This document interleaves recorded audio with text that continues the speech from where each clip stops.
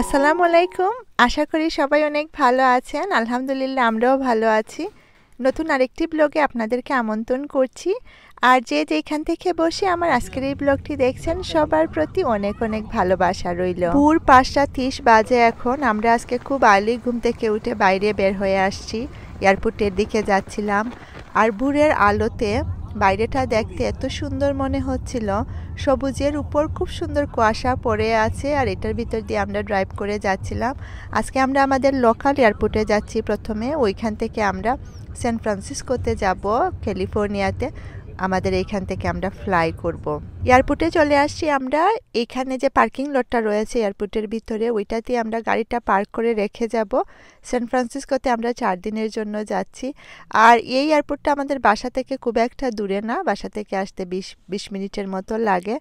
আর যারা এখনও পর্যন্ত আমার চ্যানেলটি সাবস্ক্রাইব করেননি তারা অবশ্যই সাবস্ক্রাইব করে আমার সাথে থাকবেন, এতে করে বারবার আপনাদের সাথে দেখা হওয়ার একটি সুযোগ হবে। আর যারা অলরেডি সাবস্ক্রাইব করে আমার সাথে আছেন তাদেরকে অসংখ্য অসংখ্য ধন্যবাদ।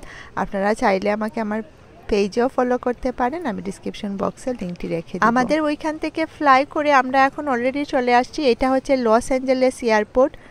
আর আমাদের ওইখান থেকে এইটার যে ফ্লাইট ডিউরেশনটা ছিল প্রায় 4 ঘন্টার মতো ছিল। 4 ঘন্টা থেকে একটু কিছুটা কম হবে, কয়েক মিনিট কম হবে।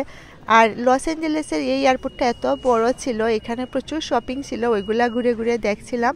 এইখান থেকে আমরা এখন নেক্সট ফ্লাইটটা ধরে সান ফ্রান্সিসকোতে যাব। আর ওই ফ্লাইটটা খুব বেশি একটা লম্বা হবে না, ওইটা 1.5 ঘন্টার মতো একটি ফ্লাইট। যেহেতু আমরা খুবই আর্লি ঘুম থেকে উঠে বের হয়ে আসছি, সো এখন দেখা গিয়েছিল যে সবাই খুবই হাংরি, সেজন্য আসলে খাবারের দোকান খুঁজছিলাম কি খাওয়া যায়। এয়ারপোর্টে যেহেতু বিভিন্ন ধরনের ফাস্ট ফুডের অপশন থাকে, সো আমরা একজন এক এক ধরনের খাবার নেওয়া হচ্ছিল। বাচ্চারা হচ্ছে পিৎজা নিয়েছিল আর আমি হচ্ছে সাব স্যান্ডউইচ নিয়েছিলাম। টুনা ফিশের ছিল এইটা। টুনা ফিশের এই ধরনের সাব স্যান্ডউইচগুলো আমার ভালোই লাগে। দেখা যায় যে বিভিন্ন সময় এয়ারপোর্টে গেলে বা বাইরে গেলেও আসলে খাওয়া হয় এইগুলা। এখন হচ্ছে আমরা উঠে যাচ্ছি প্লেনে সান ফ্রান্সিসকোর জন্য। আর অলরেডি আমরা এসে নেমে গেছি সান ফ্রান্সিসকো এয়ারপোর্টে। আমি প্লেনের ভিতরের অংশটা আর খুব একটা রেকর্ড করিনি। এই এয়ারপোর্টটাও বেশ সুন্দর ছিল, ছিমছাম, খুব সাজানো গোছানো সুন্দর একটি এয়ারপোর্ট। সো এখন আমরা এখান থেকে চলে যাচ্ছি হচ্ছে আমাদের রেন্টাল কারে গিয়ে, ওইখান থেকে কারটা রেন্ট করে আমরা চলে যাব আমাদের হোটেলে, অর্থাৎ যেখানে থাকবো ওইখানে। আমরা গাড়ি নিয়ে বাইরে বের হয়ে আসছি, যাচ্ছিলাম হোটেলের দিকে। অনেকটাই বিকেল হয়ে আসতেছে, এখানে 3টার উপরে বাজে ঘড়ি। আর আমার কাছে সান ফ্রান্সিসকোটা একটু ভিন্ন মনে হচ্ছিল আমেরিকার অন্যান্য যে স্টেটগুলো আমি দেখেছি সেই তুলনায়। এটা অনেকটা মনে হচ্ছিল হিলি, চারিপাশে পাহাড় দেখা যাচ্ছিল, বাট খুব উঁচু উঁচু পাহাড় যে সেই রকম না, অনেকটাই নিচু নিচু পাহাড়। আর সবুজটা মনে হচ্ছিল পাহাড়ের সাথে মিশে আছে, ওই রকম যে খুব লম্বা লম্বা গাছ আর সেই সাথে সবুজ, ওই রকম ছিল না। তবে অনেক সুন্দর এরিয়াটা, আমার কাছে ভালো লাগছিল। আমরা চলে আসছি আমাদের হোটেলের একদম পাশেই। এইবার আমরা যে হোটেলটাতে উঠেছি এটার নাম হচ্ছে হায়াত রিজেন্সি। আর এটা হচ্ছে সান ফ্রান্সিসকোর একদম ডাউন টাউনেই পড়েছে। সো আশেপাশে সব দোকানপাট বা রেস্টুরেন্ট যা কিছুই আছে দেখার মতো এরিয়া, সব কিছু আমাদের একদম পাশেই ছিল। এখানে বিভিন্ন ধরনের রং বেরঙের ফুল ছিল আর সবগুলা গাছ মনে হচ্ছিল যেন একই সাইজের করে রাখা হয়েছে। আমরা চলে আসছি হোটেলের ভিতরে। আমি এখন একদম আমাদের যে ফ্লোরটা ওইটাতে, উপর থেকে আমি নিচটা একটু রেকর্ড করছিলাম, অর্থাৎ লবিটা দেখা যাচ্ছিল। আর এটা হচ্ছে আমাদের রুম। প্রথমেই ঢোকার পরে হচ্ছে লিভিং এরিয়া। এটা খুবই স্পেশাস ছিল, সাথে সাথে এখানে যে ফার্নিচারগুলো ছিল পুরো রুম জুড়ে সবগুলোই খুবই মডার্ন। আর আমার কাছে মনে হচ্ছিল যে খুবই এলিগেন্ট এটার যে ডিজাইনটা বা ফার্নিচারগুলো রয়েছে সবগুলোই। আর আকর্ষণীয় যে জিনিসটা এই রুমে সেটা হচ্ছে এটার সাথে একটা লম্বা বারান্দা ছিল। বারান্দাতে গেলে যে ভিউটা দেখা যায় ওইটা আমি একটু পরেই আপনাদেরকে দেখাবো। ভ্যাকেশনের ব্লগগুলো যখন শেয়ার করি তখন একটি প্রশ্ন আমি সবথেকে বেশি পাই, সেটা হচ্ছে অনেকেই জিজ্ঞেস করেন যে এই ধরনের হোটেলগুলোতে গিয়ে থাকতে কী ধরনের এক্সপেন্স আসে। এইটা আসলে স্পেসিফিক করে উত্তর দেওয়া খুবই কঠিন, কারণ হচ্ছে কি হোটেলের প্রাইজিংটা আসলে ডিপেন্ড করে আপনি বছরের কোন সময় বা কোন টাইমে যাচ্ছেন ওইটার উপরে। অনেক সময় দেখা যায় যে যখন হলিডের সিজনগুলো থাকে তখন হোটেলগুলোর প্রাইস একটু বেশি থাকে। আবার আপনি যদি গিয়ে ফ্রাইডে বা স্যাটারডেতে থাকেন সেক্ষেত্রেও প্রাইজিংটা বেশি হয়। আবার অন্যদিকে উইকের অন্যান্য দিনগুলোতে থাকলে হয়তো প্রাইজিংটা কম্পেয়ার ওইগুলো থেকে একটু কম থাকে। আবার হলিডে ছাড়া অন্য সময়গুলোতে বছরেরও প্রাইজিংটা কম থাকে। অনেক সময় দেখা যায় ওই এরিয়াতে যদি স্পেশাল কোনো ইভেন্ট থাকে সেক্ষেত্রে ওই সময় আশেপাশের যে হোটেলগুলো থাকে ওইটার দামটা বেড়ে যায়। আমার কাছে সবচেয়ে বেস্ট মনে হয় আপনি আসলে যে হোটেলে থাকতে চাচ্ছেন সেটার যদি নামটা লিখে আপনি গুগলে সার্চ করে কোন ডেটে বা কোন টাইমে থাকবেন ওইটা দিয়ে দেন, তাহলে আপনি এক্স্যাক্ট প্রাইসটা পেয়ে যাবেন। আর এইটা ছিল হচ্ছে বেডরুমের সাথে ওয়াশরুমটা ছিল, ওয়াশরুমে ওয়াকিং শাওয়ার ছিল আর এই পাশটাতে সিঙ্ক ছিল। বেডরুম থেকেও আমাদের বারান্দার খুব সুন্দর একটা অ্যাক্সেস ছিল। সব কিছু মিলিয়ে এই হোটেলটা আসলে আমার কাছে খুব ভালো লেগেছে, অর্থাৎ অনেকটাই মডার্ন ছিল, সেই জন্য ভালো লেগেছে। ট্রেডিশনাল যেরকম হোটেল রুমগুলো থাকে সেরকম ছিল না। আর এই পাশটাতে আরেকটা ওয়াশরুম ছিল, অর্থাৎ এটা পাউডার রুম ছিল।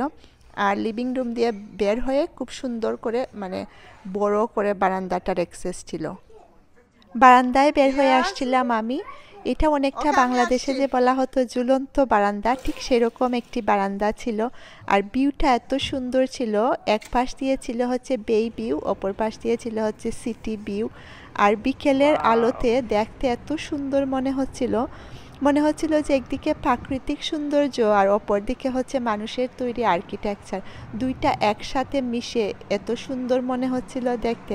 আমরা যে কয়টা দিন এই হোটেলে ছিলাম দেখা যেত প্রতিদিনই আমি এই বারান্দাতে এসে দাঁড়িয়ে থাকতাম আর এই দৃশ্যটা উপভোগ করতাম।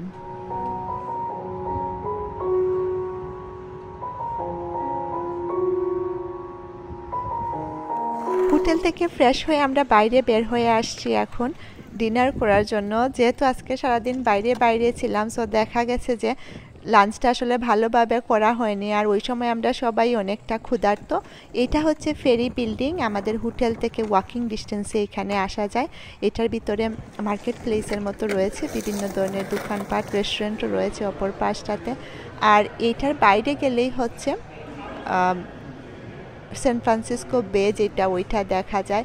এটার ভিতরে অনেকগুলা দোকানপাট ছিল, আমরা ওইগুলা ঘুরে একটু দেখছিলাম।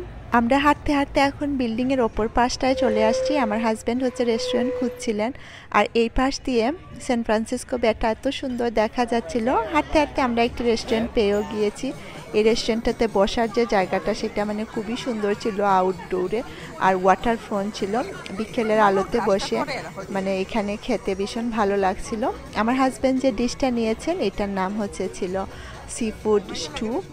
এটা মানে অনেক মজার ছিল এটা খেতে। আর আমি যেটা নিয়েছিলাম সেটা হচ্ছে স্মল শেল ক্র্যাব স্যান্ডউইচ। আমারটাও ভালো ছিল, তবে আমার হাজব্যান্ডের যেটা নিয়েছিলেন এটা বেশি মজার ছিল খেতে।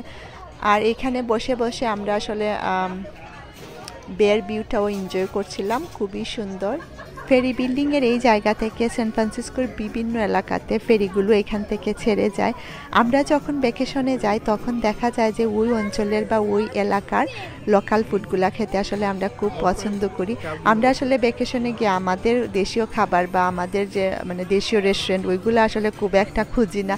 আমরা আসলে মানে বিভিন্ন জায়গার বিভিন্ন ধরনের খাবার খেতে খুবই পছন্দ করি। যেহেতু এখানে প্রচুর মানে বে রয়েছে সেই জন্য আমার কাছে মনে হয়েছে যে এখানে সি ফুডটা খুব বেশি অ্যাভেলেবল ছিল। যতগুলা রেস্টুরেন্টই খেয়েছি সেইগুলাতে মানে সবগুলাতে সি ফুডের একটা অপশন ছিল আর খাবারগুলা বেশ মানে মজার ছিল। এটা ছিল পরের দিন সকালবেলা, আমি কফি তৈরি করে নিচ্ছিলাম। সকাল বলতে ওই সময় 9টা বাজে, যেহেতু আমরা ভ্যাকেশনে আসছি সেজন্য একটু দেরি করেই ঘুম থেকে উঠেছি। আর এখন আমি কফিটা নিয়ে একটু বাইরে যাব, আমার বারান্দাতে গিয়ে ওইখানে দাঁড়িয়ে কফিটা এনজয় করব, সাথে বাইরের দৃশ্যটা।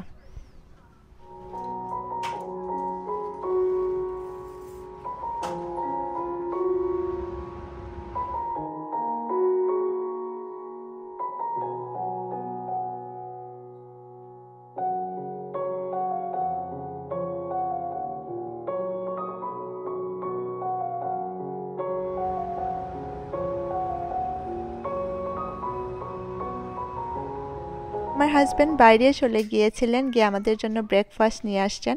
এটা ছিল হচ্ছে ম্যাকডোনাল্ডসের ব্রেকফাস্ট। আমার তাদের যে হ্যাশ ব্রাউনগুলো থাকে ওইটা বেশ ভালো লাগে খেতে, আবার ওদের যে বিস্কিটের মধ্যে যে এগ স্যান্ডউইচগুলো হয় ওইটা ওরা শুধু মানে ব্রেকফাস্টেই সার্ভ করে, ওইটাও আমার বেশ ভালো লাগে। সো আমরা এখন ব্রেকফাস্টটা খেয়ে রেডি হয়ে যাব বাইরে বের হওয়ার জন্য।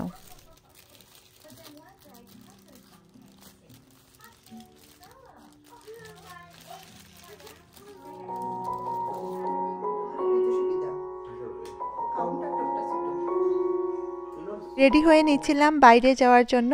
সান ফ্রান্সিসকোতে এপ্রিলের শেষের দিকে বা মের শুরুতে ওয়েদারটা 55-60 ডিগ্রি এরকম থাকে। সো দেখা যায় যে বাইরে বের হলে হালকা পাতলা জ্যাকেট একটা লাগে।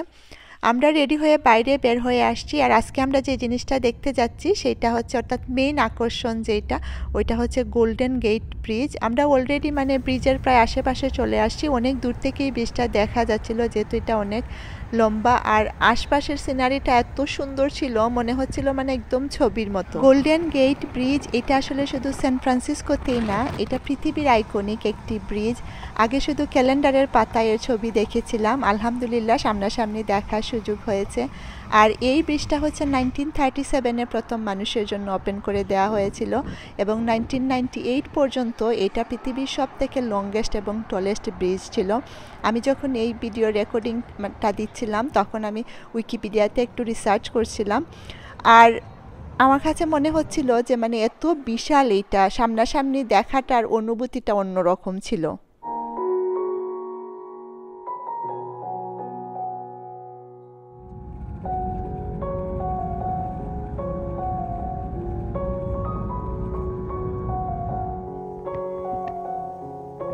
গোল্ডেন ব্রিজ দেখা শেষ করে আমরা বের হয়ে যাচ্ছিলাম এখন।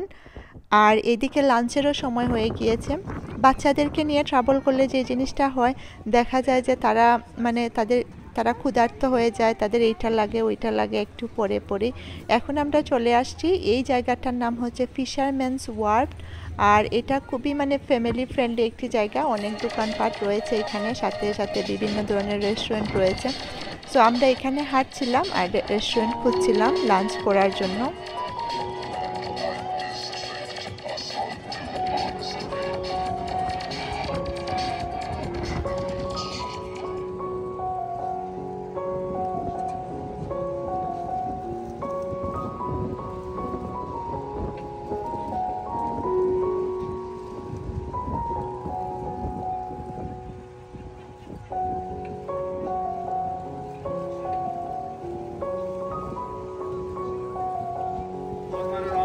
এখানে বিভিন্ন জিনিস ছিল করার মতো, আমরা ওইগুলা না করে প্রথমে আসলে লাঞ্চটা খেয়ে নিচ্ছি, যেহেতু বাচ্চারা আসলে খুবই মানে ওদের অনেক খিদা লেগে গিয়েছিল। সো আমরা খেয়ে তারপরে এখানে আর কি কি জিনিস আছে সেগুলা ঘুরে দেখব। এখানে একটি রেস্টুরেন্টও পেয়ে গিয়েছি, এটার ভিতরে গিয়ে আমরা বসছি। আমরা মেনু দেখে নিচ্ছিলাম, আর আমি হচ্ছে অর্ডার করেছিলাম ফ্রাইড কালামারি, আর আমার হাজব্যান্ড হচ্ছে অর্ডার করেছিলেন স্পাইসি শ্রিম্প স্যান্ডউইচ। এই এরিয়াতে আমি আগেই বলছিলাম যে আসলে সি ফুডটা একটু বেশি অ্যাভেলেবল ছিল। যে রেস্টুরেন্টগুলোতে যাচ্ছিলাম সবগুলোতেই দেখা যাচ্ছিল যে তাদের সি ফুডের অপশন রয়েছে, তবে আমরা এনজয় করছিলাম। আরও অন্যান্য অপশনও ছিল, আমরা আসলে সি ফুডটাই নিচ্ছিলাম বারবার।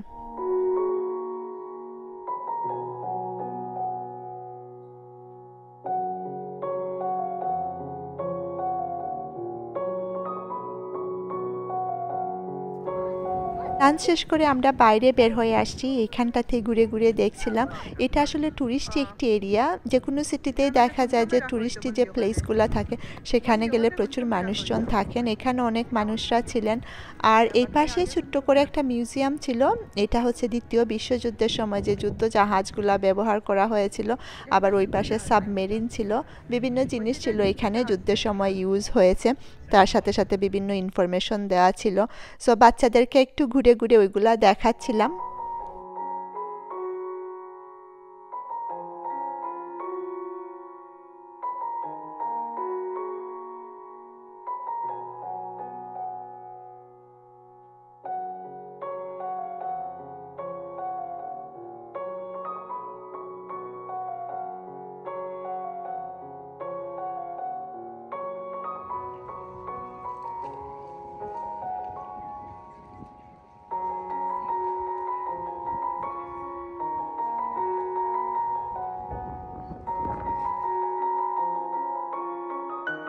এখানে হাঁটতে হাঁটতে অদ্ভুত একটা জিনিস চোখে পড়লো, সেটা হচ্ছে পানির পাশ দিয়ে যে বেড়াটা চলে গেছে, এই বেড়াটার মধ্যে এত এত তালা ঝুলানো ছিল, সেটা নাকি হচ্ছে যখন মানে এখানে অনেক মানুষজন আসেন যারা চায় যে তাদের সম্পর্কটা সারা জীবনের জন্য লকড হয়ে থাকবে।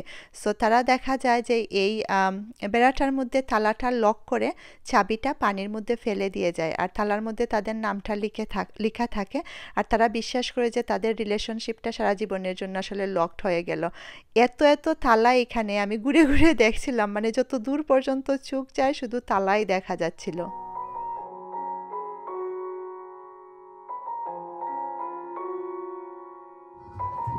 এখানে একটি টেবিল পেয়ে গেলাম যেখানে হচ্ছে ফ্রেশ ফ্রুটস বিক্রি করছিলেন একজন, আমরা একটি কিনে নিলাম। নর্মালি দেখা যায় যে মেক্সিকানরা এরকম মানে রাস্তার পাশে দাঁড়িয়ে তারা ফ্রেশ ফ্রুটসগুলো বিক্রি করে, যেটা আসলে ভালো লাগে, আর আমি ক্যালিফোর্নিয়াতে ওইটা বেশি দেখেছি। আর তাদের যেহেতু আমাদের সাথে ফ্রুটসের বিভিন্ন মিল রয়েছে, স্পেশালি মানে ম্যাঙ্গোটা ওদের কাছে থাকে, সো ভালো লাগে, আর তারা স্পেশাল একটা মশলা দিয়েও এটা বিক্রি করে। এদিকে আমরা ওইখান থেকে বের হয়ে এখন যাচ্ছি, আর এদিকে বিকালটাও হয়ে আসছে, আর আমরা হচ্ছে যাচ্ছি এখন সান ফ্রান্সিসকোর চায়না টাউনে। এই রাস্তাটার মানে দুই পাশ জুড়েই পুরো এরিয়াটা জুড়ে বিভিন্ন ধরনের দোকানপাট ছিল, যেগুলার বেশি অংশগুলাই ছিল হচ্ছে চাইনিজ স্টোর, সাথে সাথে কোরিয়ান জাপানিজ ওই ধরনের স্টোরগুলোও ছিল। আর তারা খুব সুন্দর করে ডেকোরেশন করে এই পুরো এরিয়াটা রেখেছে। সো বেশ ভালো লাগছিল যখন আমরা এখানে হাঁটছিলাম। তবে আমরা যেহেতু যেতে যেতে 5টার উপরে বেজে গেছে, ওই সময় দেখা গিয়েছে যে অনেকগুলা স্টোরি অলরেডি বন্ধ হয়ে গিয়েছে, তবে যেগুলা ছিল খোলা ওইগুলো আমরা ঘুরে ঘুরে দেখছিলাম। বিভিন্ন ধরনের চাইনিজ প্রোডাক্ট এখানে ছিল। চাইনিজ প্রোডাক্ট আর কি দেখবো, সারা পৃথিবী জুড়েই আসলে এখন চাইনিজ প্রোডাক্ট, যেখানেই যাই সেখানে শুধু চাইনিজ জিনিসপত্র দেখতে পাই। তবে কিছু কিছু জিনিস এখানে ছিল যেগুলো খুবই ভালো কোয়ালিটির ছিল, যেমন এইখানটাতে একটা কুশন ছিল কয়েকগুলা, ওইগুলোর মধ্যে যে এমব্রয়ডারির কাজগুলো করা হয়েছে বেশ অথেন্টিক মনে হচ্ছিল। আবার ওই পাশটাতে অনেকগুলা জাপানিজ কিমোনো রাখা ছিল, সেইগুলা তো যে কাজগুলা করা খুবই অথেন্টিক কাজ, আমার মানে অনেক পছন্দ হয়েছিল।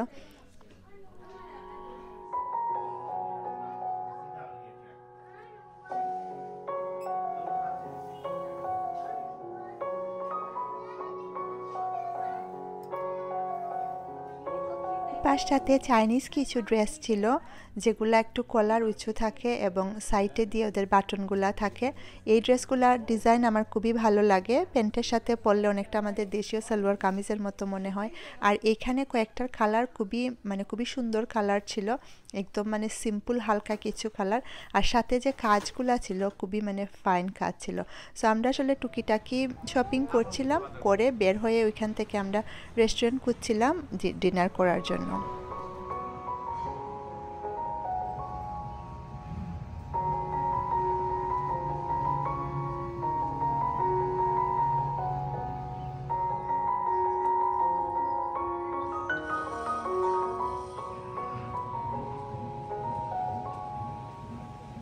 রেস্টুরেন্ট পেয়ে গিয়েছি আমরা, এটার নাম হচ্ছে হংকং ক্লে পট রেস্টুরেন্ট, ওইটার ভিতরে যাচ্ছি খাওয়ার জন্য। আর এটার ভিতরটা বেশ বড় জায়গা জুড়ে ছিল। প্রথমে যাওয়ার পরে তারা আমাদেরকে একটি চা দিয়েছিল, এটা হচ্ছে চাইনিজ টি, অনেকটা হচ্ছে গ্রিন টির মতো, সো বেশ রিফ্রেশিং ছিল। এখানে যে খাবারগুলো আমরা অর্ডার করেছিলাম, আমি অর্ডার করেছিলাম এটা হচ্ছে ক্লে পট, ওইটার মধ্যে এক ধরনের কারি রান্না করা হয়েছে। ওইটা যেহেতু ক্লে পটের মধ্যে ছিল, আমি ভেবেছিলাম হয়তো এটা খেতে অনেক মজা হবে, ওই জন্য অর্ডারটা করেছিলাম, তবে এটা খেতে খুব বেশি একটা ভালো ছিল না। আর ওই পাশটাতে নুডলস এবং ফ্রায়েড রাইসটা অর্ডার করা হয়েছে, ওইগুলো ভালোই ছিল। আমি দেখা গেছে যে পরে আসলে ওইগুলাই খেয়েছি, আমার যে কারিটা অর্ডার করেছি ওইটা খুব বেশি একটা আমার খাওয়া হয়নি। চাইনিজ রেস্টুরেন্টগুলোতে গেলে খাবারের শেষে যে ফরচুন কুকিগুলো দেয় ওইগুলো আমাদের ভীষণ ভালো লাগে, স্পেশালি হচ্ছে এখানে যে মেসেজগুলো লেখা থাকে ওইটা পড়তে আমরা খুবই মানে আনন্দ পাই এবং মজা করি। Be sensitive, but not overly sensitive. Okay.